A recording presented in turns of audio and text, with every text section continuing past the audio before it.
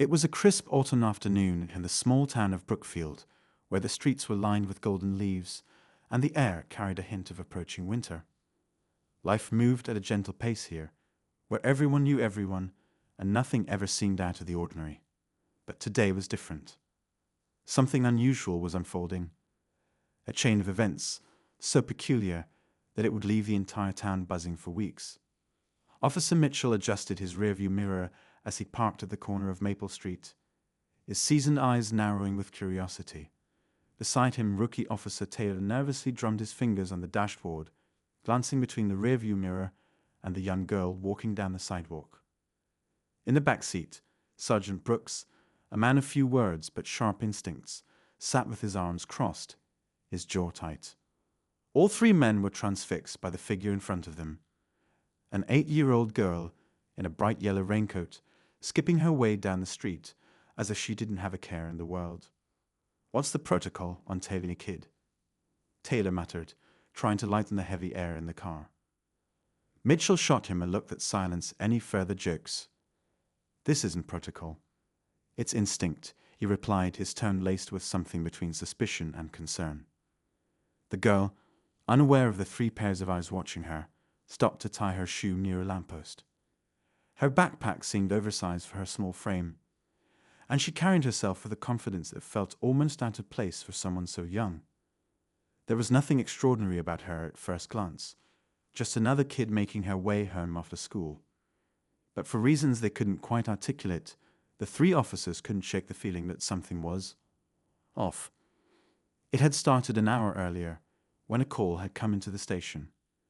A neighbor on Elm Street had reported something strange, an unusual pattern of late-night comings and goings from the house where the girl lived. The neighbor claimed to have seen men in dark suits visiting the house at odd hours and strange lights flickering through the curtains at night. The details were vague, but the caller was adamant. "It just doesn't feel right. That little girl might be in trouble." At first, no one took it too seriously. Calls like these came in often enough, and most turned out to be false alarms. But Sergeant Brooks had a gut feeling he couldn't ignore.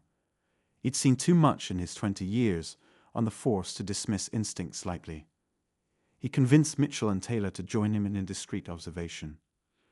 Now, as they followed the girl at a safe distance, every detail seemed magnified. The way she glanced over her shoulder at one point, the faint tune she hummed to herself, the way her steps quickened as she neared her house. The house itself was unremarkable, a 2-storied brick structure with a neatly trimmed lawn and white shutters. But as the girl approached, the atmosphere seemed to shift. The air grew heavy, almost electric, as though the house was holding its breath, waiting for her to return. Mitchell parked the car a block away, and the 3 men watched in tense silence as the girl walked up the front steps and unlocked the door. She stepped inside, closing the door behind her, and the house went still. 5 minutes, Brooks muttered, checking his watch. "We wait 5 minutes and see if anything happens. If it's all quiet, we move on." Taylor nodded, though his eyes were fixed on the house, a knot tightening in his stomach. "And if it's not quiet?"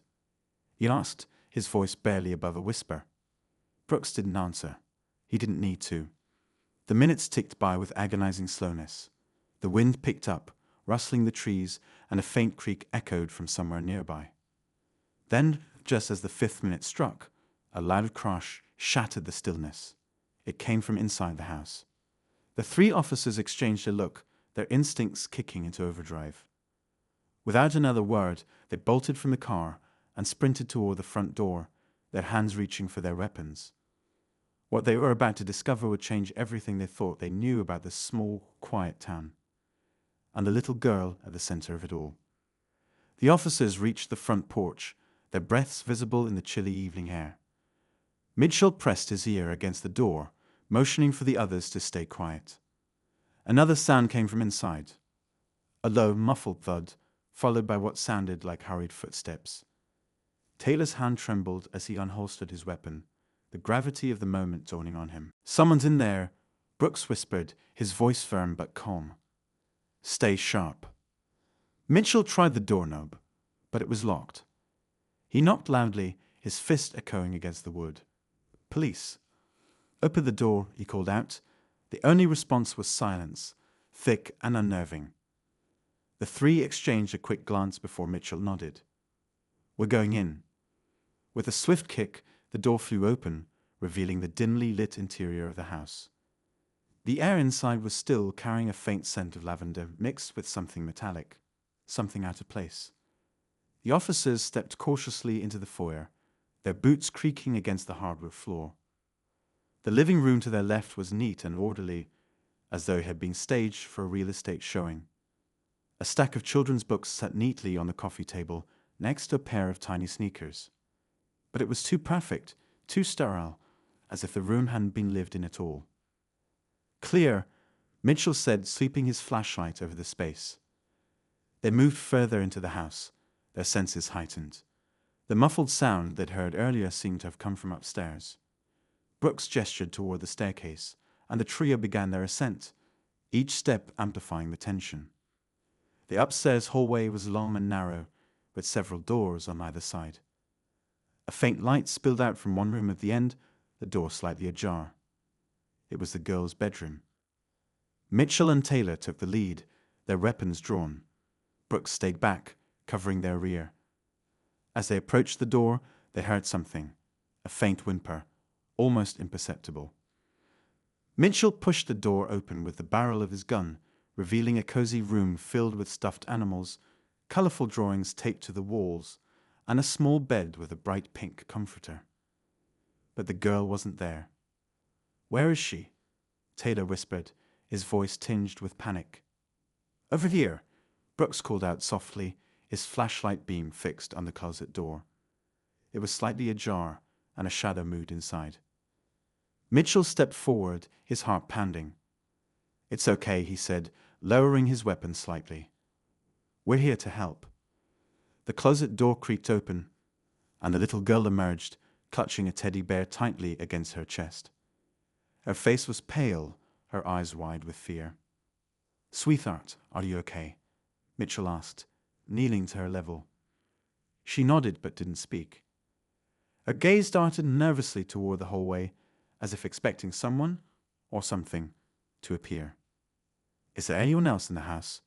Brooks asked, his tone gentle but urgent. The girl hesitated before shaking her head. "I don't think so," she whispered. Her voice was barely audible, and she clung to the bear as if it were her lifeline. "Don't think so." Mitchell pressed, trying to keep his voice calm. "Did you hear anyone? See anything?" Her lips trembled and tears welled up in her eyes. "I don't know," she stammered. "Sometimes I hear them, but when I look, they're gone." The officers exchanged uneasy glances. "Hear who?" Taylor asked, kneeling beside Mitchell. "The men," she said, her voice breaking. "The men in suits. They come at night. They talk to my mom, but I don't think she wants them to." "Your mom?" Brooks asked, stepping closer. "Where is she now?" The girl's eyes filled with confusion and sadness. "She went away," she said quietly. "She said she had to go somewhere, but she didn't tell me where. That was a long time ago." Mitchell's stomach sank. "Who takes care of you now?" The girl shrugged, her small shoulders sagging under the weight of the question. "I take care of me," she said, as if it were the most natural thing in the world. Before the officers could process her words, a sudden noise came from downstairs, a loud, deliberate creak, as if someone was stepping on the floorboards. Brooks immediately signaled for everyone to stay quiet. He motioned for Mitchell and Taylor to stay with the girl while he crept back down the hallway, his flashlight leading the way. The girl's grip on her teddy bear tightened as she stared at the doorway, her breathing shallow. "It's going to be okay," Mitchell whispered, though he wasn't sure if he believed it himself. Downstairs, Brooks moved silently through the darkened rooms, his senses on high alert. The front door was still wide open, the cold night air drifting inside. He checked the kitchen, the dining room, the living room. Nothing. But as he approached the back door, he noticed something odd. The latch was undone, and the door was slightly ajar. He stepped outside into the backyard, his flashlight cutting through the darkness.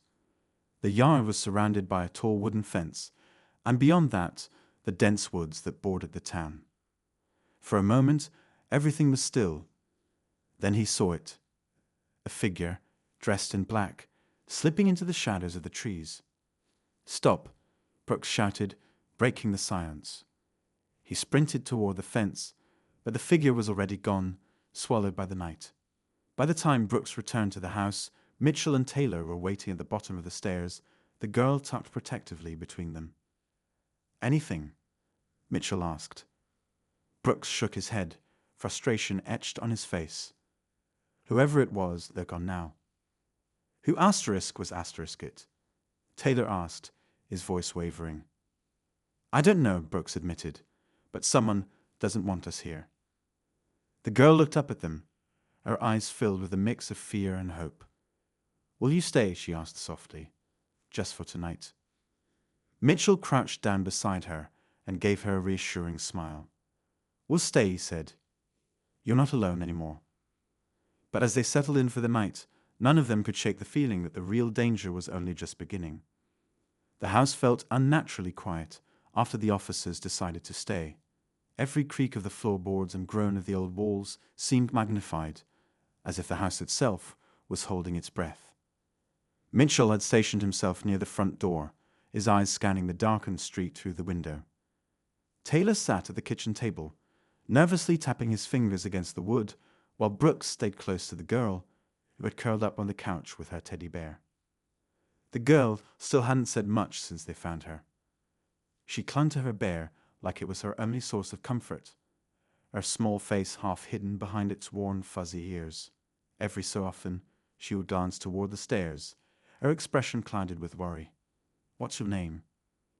Brooks asked softly, kneeling beside her. "Leela," she replied, her voice barely above a whisper. "Leela," he repeated gently. "Do you remember when your mom left? How long ago was it?" She hesitated, her brow furrowing as she tried to count. "I don't know," she said finally. "It feels like a long time. Maybe weeks." Brooks exchanged a look with Mitchell, who turned away from the window to listen. Weeks. A child left alone in a house for weeks. The implications were unsettling, to say the least. "Who were the men you mentioned, Lila?" Mitchell asked, stepping closer. "The ones in the suits?" Her grip on the bear tightened, and she shook her head. "I don't know who they are," she said. "They just come sometimes. They talk to my mom in the kitchen, but they don't look happy. She doesn't look happy either. And then they leave." "And they haven't been back since she left?" Brooks asked. Layla nodded. "Not until tonight," she whispered. That single sentence sent a chill through the room. Mitchell felt the weight of it settle in his chest. Whoever had been watching the house, or Leela, had returned, and it was no coincidence that they'd come the same night the officers had shown up. Taylor cleared his throat, breaking the silence. "Do you think maybe her mom was involved in something?" he asked hesitantly, addressing the other officers. "Could be," Brooks replied, though his voice carried no certainty. "But involved in asterisk, what asterisk? And where is she now?" As the questions hung in the air, a faint sound interrupted their thoughts. A rhythmic tapping, soft and deliberate. It was coming from upstairs. All three men froze, their hands instinctively moving toward their weapons. Lila's eyes widened, and she shrank back against the couch, clutching her bear tightly. "Stay here," Brooks said firmly, motioning for Taylor and Mitchell to follow him. They moved cautiously up the stairs, their footsteps slow and measured. The tapping grew louder as they neared the end of the hallway. It was coming from the room directly across from Leela's bedroom, a room they hadn't checked earlier. Brooks pushed the door open, revealing a small office cluttered with papers, books, and an old typewriter. The window was slightly open, the wind causing the blinds to tap against the glass. Relief washed over them momentarily, but it was quickly replaced by unease. The room looked like it had been ransacked. Drawers were pulled open, their contents scattered across the floor. Papers littered the desk, some torn, others crumpled as if someone had gone through them in a hurry. What is this? Taylor murmured, picking up a piece of paper with strange symbols scrawled across it. Brooks frowned, scanning the room. It looks like someone was searching for something. But why would they come back now? And what were they looking for? Mitchell's eyes landed on a photograph tucked under the edge of the typewriter. He pulled it out and studied it. The picture showed Leela, a mother, and a man, likely her father, standing in front of the house. But something about the man's face struck him as familiar, though he couldn't place where he'd seen it before. "Hey, take a look at this," he said, passing the photo to Brooks. Brooks studied it for a moment, his expression unreadable. "We need to dig into this family," he said. "Find out who they are and what they're mixed up in." Downstairs, Layla sat huddled on the couch, her eyes fixed on the staircase. She flinched at every creak and rustle, her tiny hands clutching the bear so tightly that her knuckles turned white. "Is everything okay?" she called out timidly, her voice trembling. Mitchell appeared at the top of the stairs, offering her a reassuring smile. "We're just checking things out, Leela," he said. "You're safe. Don't worry." But as he said the words, he couldn't shake the feeling that they weren't entirely true. Brooks and Taylor joined him at the top of the stairs, both of them looking unsettled. "There's more going on here than we thought," Brooks muttered, his voice low. "And I don't think we're dealing with random break-ins or missing persons anymore." "What are we dealing with then?" Taylor asked, his face pale. Brooks didn't answer. Instead, he turned his attention back to the scattered papers in his hands. One of them caught his eye.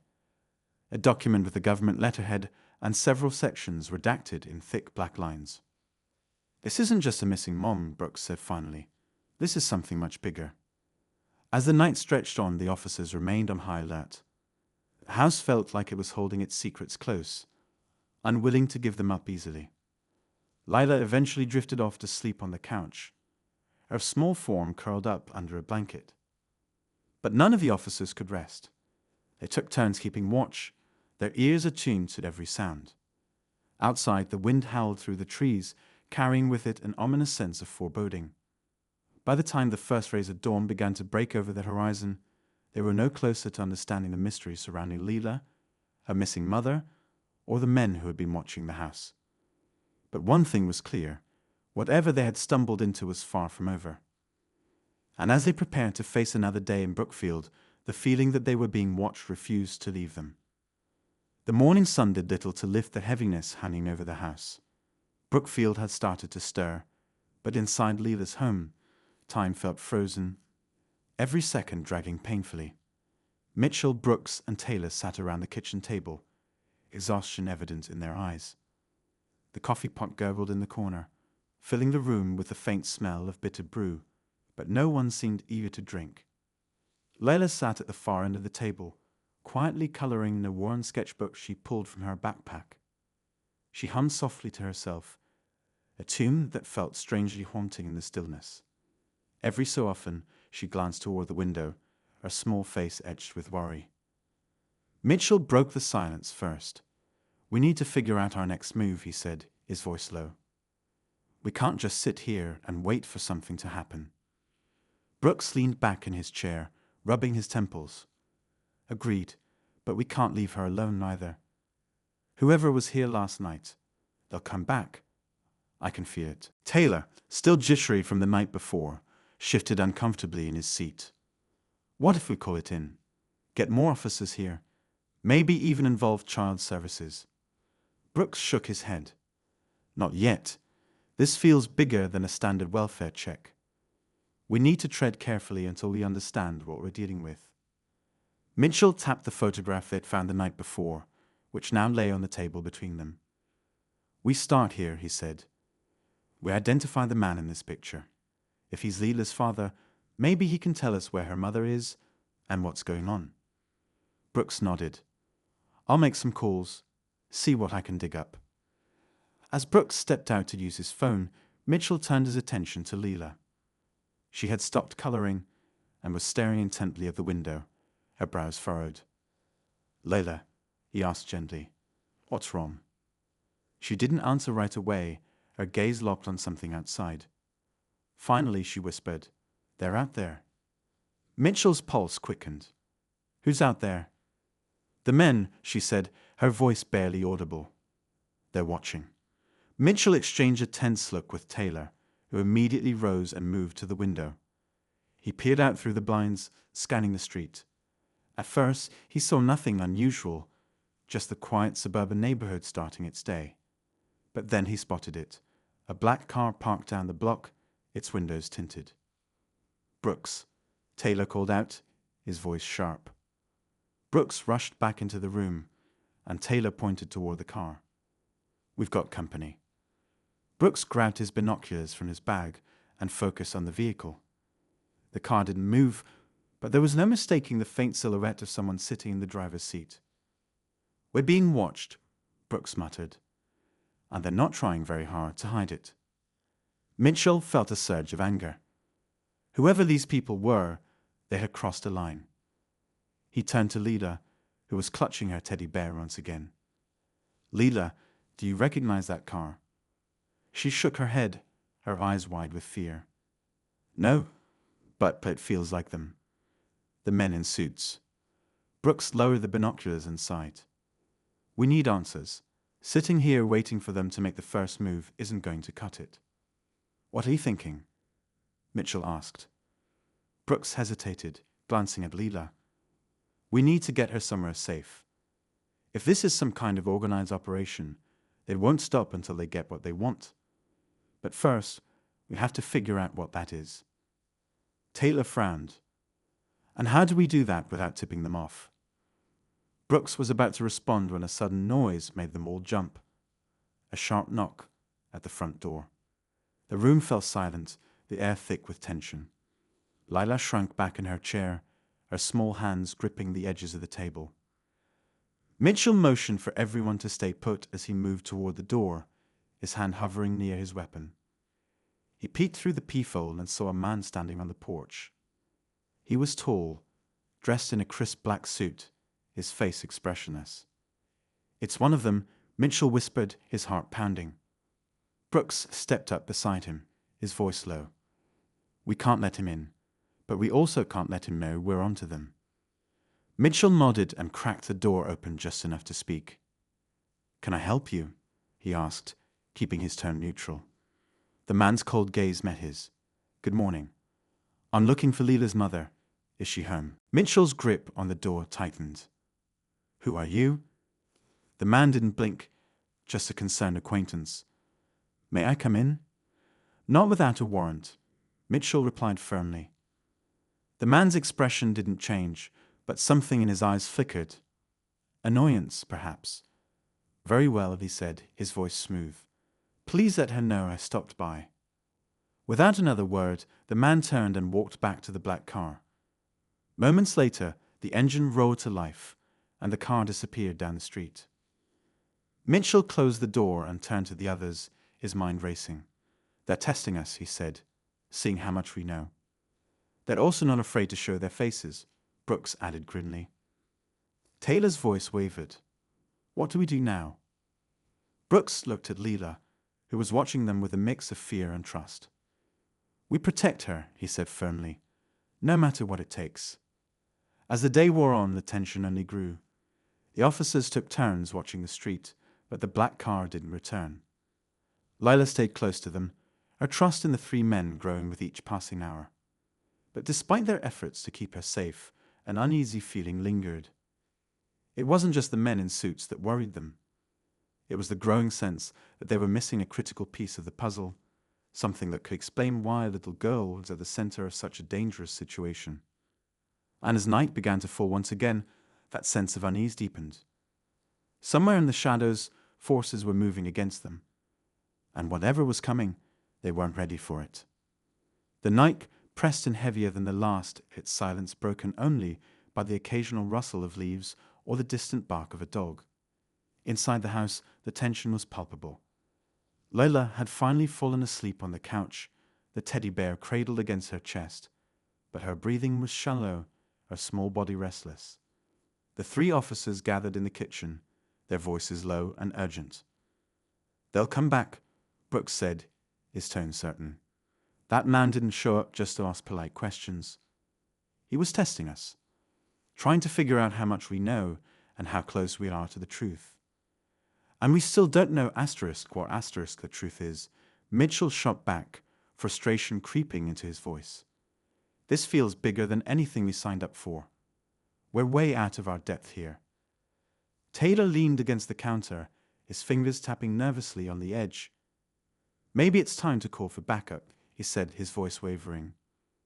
We can't protect her on our own, not if this is some kind of organized operation. Brooks shook his head, his expression grim. We don't even know who we're dealing with. If we call this in now, we could be putting Leela in even more danger.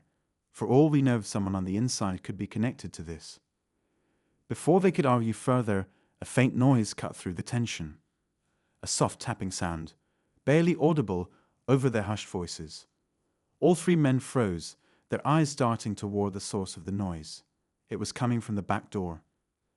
Mitchell motioned for them to stay quiet as he moved toward the door, his hand instinctively resting on his weapon. He peered through the small window, but the darkness outside made it hard to see. Then the tapping came again, more insistent this time. Mitchell slowly unlocked the door and opened it just enough to see who, or what, was outside. A figure stood on the porch, hunched and trembling. It was an older woman, her face pale and streaked with tears. Please, she whispered, her voice shaking. You have to help me. Brooks and Taylor rushed to Mitchell's side, their eyes widening as they took in the woman's disheveled appearance. She looked like she'd been through a nightmare. Her clothes were torn, her hair matted, and there was a frantic desperation in her eyes. Who are you? Brooks asked cautiously. The woman clutched the edge of the doorframe, her breathing ragged. My name is Evelyn, she said. I'm Leela's neighbor. I've been watching the house, and I know what's been happening. The officers exchanged wary glances before stepping aside to let her in. Evelyn stumbled into the kitchen, her hands shaking as she clutched a mug of water Taylor handed her. Start from the beginning, Brooks said, his voice steady but firm. What do you know? Evelyn took a deep breath, her eyes darting nervously around the room. Leela's mother. She got mixed up with some bad people, she began.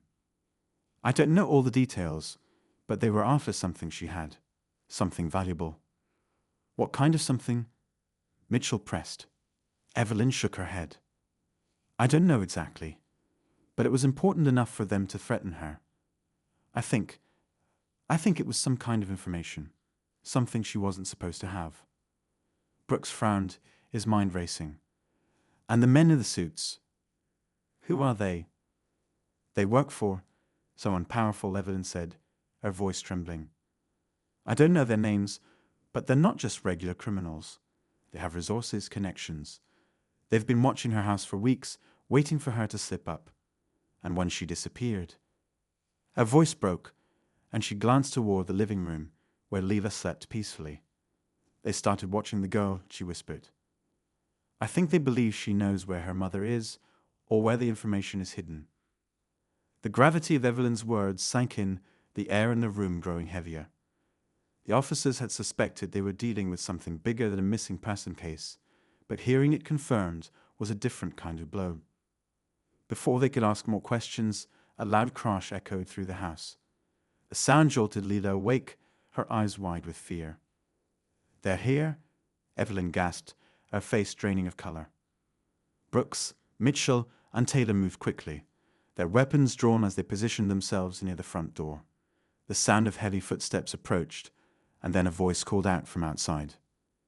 Hand over the girl, the voice demanded, cold and commanding. We don't want to hurt anyone, but we will if you don't cooperate. Leela let out a small whimper, clutching her teddy bear tightly. Evelyn moved to her side, wrapping a protective arm around her. We're not giving her up. Brooks called back, his voice steady despite the adrenaline coursing through him. There was a pause, then the sound of something metallic scraping against the door. Mitchell's stomach dropped as he realized what it was. They're trying to force their way in, he muttered. Not on our watch, Brooks said, his jaw set. As the seconds ticked by, the officers prepared for the confrontation they knew was inevitable. The stakes had never been higher, and the lives of everyone in the house hung in the balance. But even as they braced themselves, a nagging thought lingered in the back of Brooks' mind. Where was Leela's mother? And what had she left behind that was worth risking her daughter's life? The answers felt maddeningly close, yet still just out of reach. And as the front door began to splinter under the force of their attackers, the officers knew one thing for certain. This wasn't going to end without a fight. The front door burst open with a deafening crack, shards of wood flying into the air. Lila let out a terrified scream as two men in black suits stormed into the house, their movements swift and calculated. Brooks was the first to react, stepping forward with his weapon raised. "Don't move," he shouted, his voice commanding. The men hesitated for only a moment before one of them raised his hands, signaling for the other to stop. The taller of the two men, the same one who had appeared on the porch earlier, took a step forward, his expression cold and unyielding.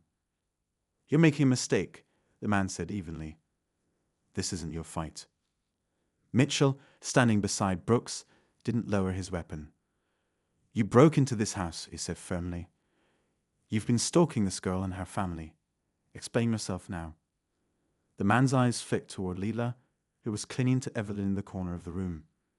"We're not here to hurt her," he said. "We're here to recover something that belongs to us." Brooks scoffed. "And you thought the best way to do that was to terrorize an 8-year-old girl?" The man's expression didn't change. "We gave her mother plenty of chances to cooperate. She chose not to. Now we have no choice." Before anyone could respond, a new sound cut through the tension. A faint beeping noise, coming from somewhere inside the house.